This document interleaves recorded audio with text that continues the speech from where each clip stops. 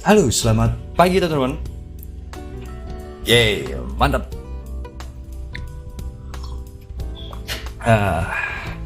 Nikmatnya. Apa kabar teman-teman? Selamat pagi. Sedang apa ini teman-teman?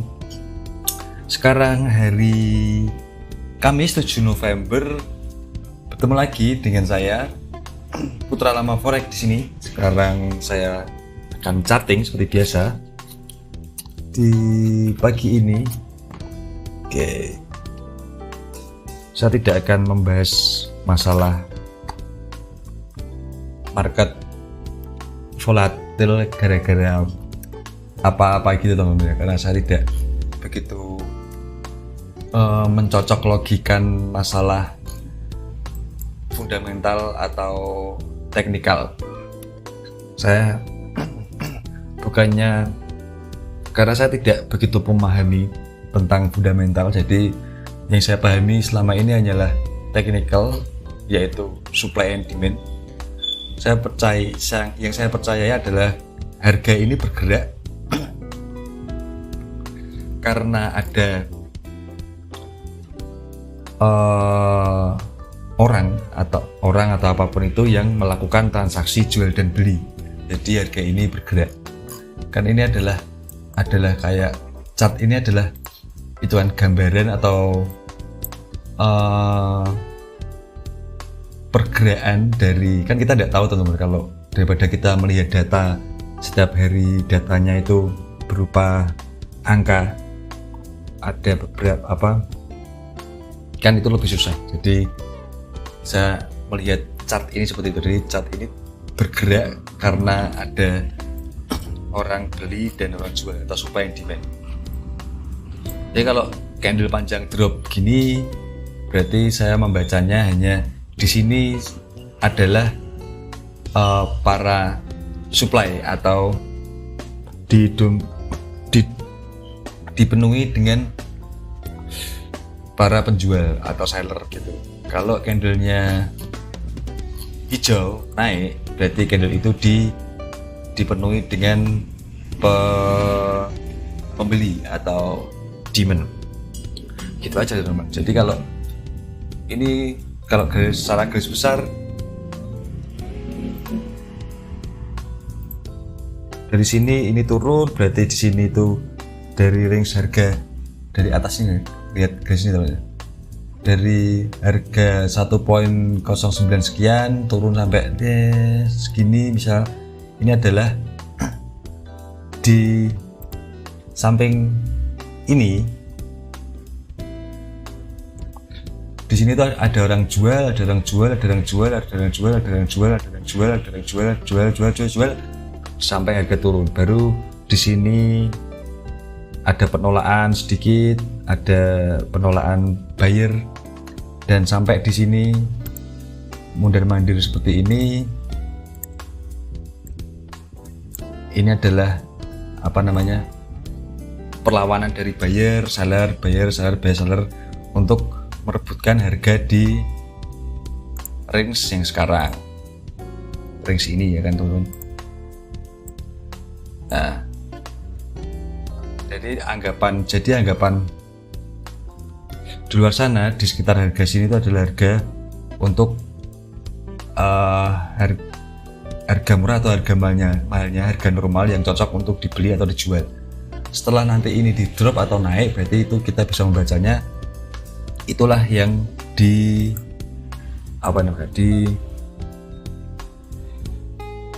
dipenuhi dengan atau dimenangkan oleh buyer atau seller. Kalau ini nanti turun ya berarti kan dominannya seller, jadi dimenangkan oleh seller. Berarti kalau ini naik nanti kan berarti buyernya mencoba untuk masuk dan bisa bisa menembus area ini, berarti dimenangkan oleh buyer. Saya bacanya simpel itu aja teman-teman, tidak ribet-ribet, karena yang masuk akal seperti itu sih menurut saya. Karena market ini tidak akan bergerak kalau tidak ada isinya teman-teman. Kalau nggak ada transaksi, nggak ada jual dan beli, nggak ada supply and demand, ya harga ini nggak mungkin bergerak gitu loh. Contoh candle kecil ini teman-teman. candle kecil ini kan sekarang kan pembukaannya kan di sini, misal kita gambar candle ini ya, satu candle ini teman ya, di 1 jam. Tadi kan pembukaannya di sini, harga pembukaan ya kan di garis ini. Nah,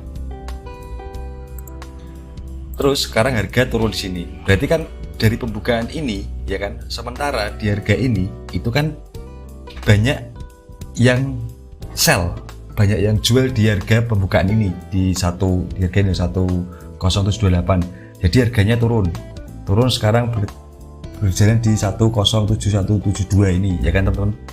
Nah, kalau ini nanti naik, berarti kan di sini berubah, banyak yang beli, jadi membuat harga naik, ya kan? Gitu. Sampai sini masuk ya teman-teman. Berarti kalau ini turun, berarti kan di sini tuh full diisi dengan para penjual atau seller ya kan. Nah, kabar buruknya kan kita tidak tahu di sini tuh akan banyak orang seller atau apa nanti akan buyer. Jadi selama 1 jam nanti tutupan candlenya itu akan di bawah sini dari pembukaan atau di atas dari harga pembukaan. Jadi kalau di atas berarti dari harga pembukaan garis hitam ini, kalau harganya dinaik tutupannya berarti dari harga awal itu yang dipenuhi oleh buyer. Kalau turun berarti dipenuhi oleh seller. Gitu teman-teman. Jadi seperti itu cara saya membaca chart besarnya dan chart candle kecilnya itu seperti itu. Nah, kalau teman-teman sudah mindsetnya sudah membaca seperti itu, baca market secara keseluruhan gini enak gitu teman. Saya baca ini ya, ini market uptrend ya kan, kalau besar teman ya, uptrend terus dia turun sampai di sini, bayarnya selesai lalu didominasi oleh seller, sekarang buy lagi, kan gitu-gitu aja teman. Itu kalau kita zoom out. Kalau kita zoom in ya bisa aja. Nah, zoom in ini misal kita tarik dari harga di sini teman-teman ya. Ini down berarti sampai di sini ini dipenuhi oleh seller ya kan. Ya, lalu di sini ada sedikit perlawanan, ada buy sell gitu. Jadi harganya mendatar karena kekuatannya imbang ya kan. Setelah itu sampai di sini harga naik. Berarti kesimpulannya di sini adalah dimenangkan oleh buyer. Habis seller, terus langsung harga normal. Setelah di sini full buyer yang masuk, jadi harga menjadi naik.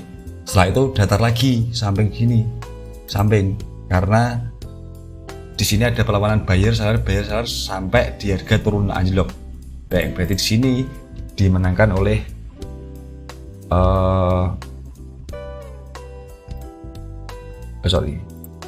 seller, sekarang dipenuhi oleh seller. Kalau kita satu persatu lagi ya gini. Di sini ini ada perlawanan lagi teman-teman. Maka itu adalah candle-candle yang saya ambil, yaitu adalah candle-candle di saat ada perlawanan buyer dan seller gitu loh. Di sini kan ada candle perlawanan, ini turun langsung di sini membuat bis itu adalah harga normal itu adalah perlawanan dari buyer atau seller untuk beradu siapa yang kuat, lalu drop ke harga diisi dengan harga seller, turun, baru di sini masih terjadi harga normal atau perlawanan harga seller atau buyer gitu loh. Nah, jadi sampai itu saya membaca market teman-teman, tidak terlalu begitu ribet. Oke. Ya, langsung saja teman-teman, sekarang langsung kita masuk ke itu tadi, hanya sekilas info. Saya sudah cek di 24 pair.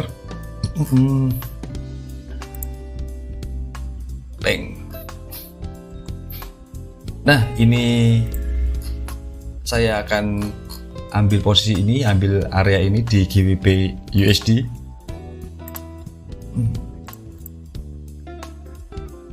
Ambil areanya, ini area sell saya.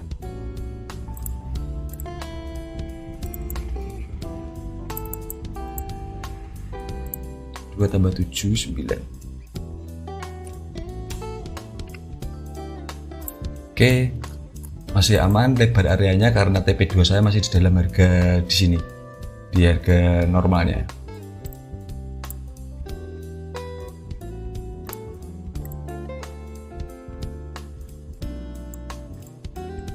Oke, ini area jual saya atau saya menjadi seller di sini. Kenapa saya sell di sini? Karena harga ini sekarang sudah downtrend menurut metode saya. Harga di bawah EMA 200 dan para EMA di bawah EMA 200 dan harga di paling rendah ini sudah melebihi harga paling rendah sebelumnya gitu. Walaupun sikilnya tidak begitu oke, jadi tapi tidak masalah. Ya, lalu next ada di Euro CAD teman-teman. Nah, Euro CAD saya juga mau ambil area ini.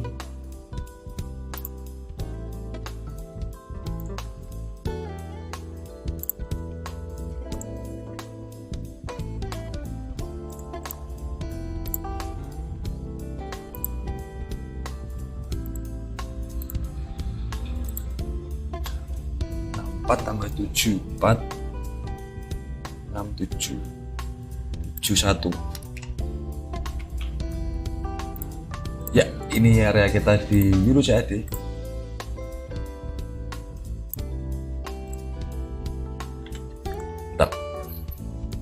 Ya, saya mendapatkan 2 area di pagi ini.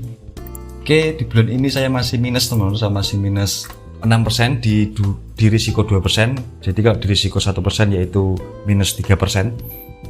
Loss 3 kali. Jadi biarkan saja karena masih berjalan. Kita juga tidak tahu ini kalau misal 1 kali ini saya profit, saya mengurangi kerugian saya. Tapi kalau 2 ini profit, saya menjadi profit gitu. Tapi kan kita tidak tahu. Biarkan saja. Yang terpenting adalah kita melakukan hal yang sama terus-menerus. Jadi itu yang membuat kita akan baik-baik saja. Saya selalu menekankan seperti itu ya karena seperti itu teman-teman. Gitu. Jadi seperti itu teman-teman. Apalagi ya yang mau dibahas ya teman-teman ya.